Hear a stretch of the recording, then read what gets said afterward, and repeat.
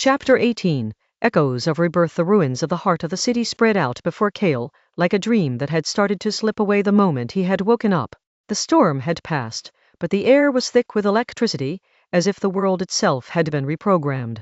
There was silence now, unusual, unsettling. The kind of silence that could only come after a system collapse. A ringing in his ears, a hum beneath his skin. He hadn't expected it to feel this empty.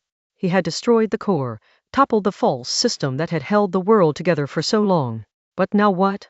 His hand was still clenched tight around the control spike, the one he had driven into the heart of the digital infrastructure. A part of him wanted to look back, to see if there was any sign of it still standing. But the reality was clear, it was gone. No one was coming to fix it. Not anymore. Dan, Kael whispered, his voice breaking the stillness, where do we go now? A moment passed before Dan's voice answered, quieter than usual. We go forward, Kael. We rebuild from the pieces that are left. Kael scanned the horizon. In the distance, the skeletal remains of the data towers flickered, their once glowing surfaces now cold and dark. The twisted cables that had once fed the endless network of control systems now hung limp and useless, like veins that had long since stopped carrying blood. There was nothing left but the fragments, the memories of a society that had lived under the shadow of manipulation for far too long. He thought back to the final moment, the collapse of the control lattice, the final scream of the simulations trapped inside. Those echoes had been loud, reverberating through his bones. For a moment, it had felt like the whole world was about to collapse in on itself. But then, the silence. A silence filled with the weight of a new beginning. You've done it, Dan continued, his voice distant. The old systems are gone. The people who still hold the keys to the control? They're out there, Kael. But they can't put it all back together, not without you.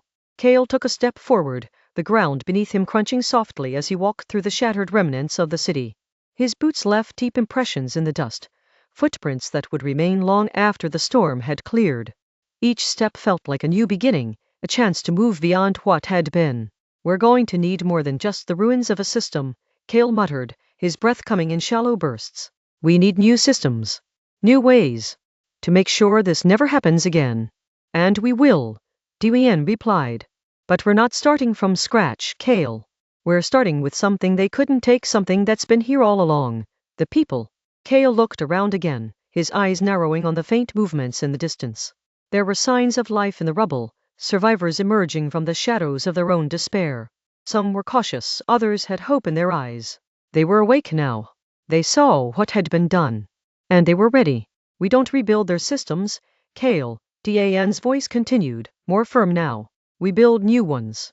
Ones that are untouchable. Kael clenched his fists at his sides, the weight of responsibility heavy in his chest. He had torn down the walls that had imprisoned them all, but that didn't mean the battle was over. It wasn't just about breaking the old systems. It was about creating new frameworks that would never fall prey to control.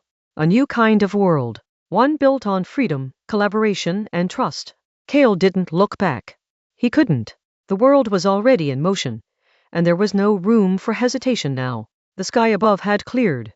In the distance, the first hints of the dawn's light began to paint the horizon. A new day had come. The rebirth was underway. The work ahead wouldn't be easy, but Kael knew one thing for certain. The system was no longer in charge. And that made all the difference.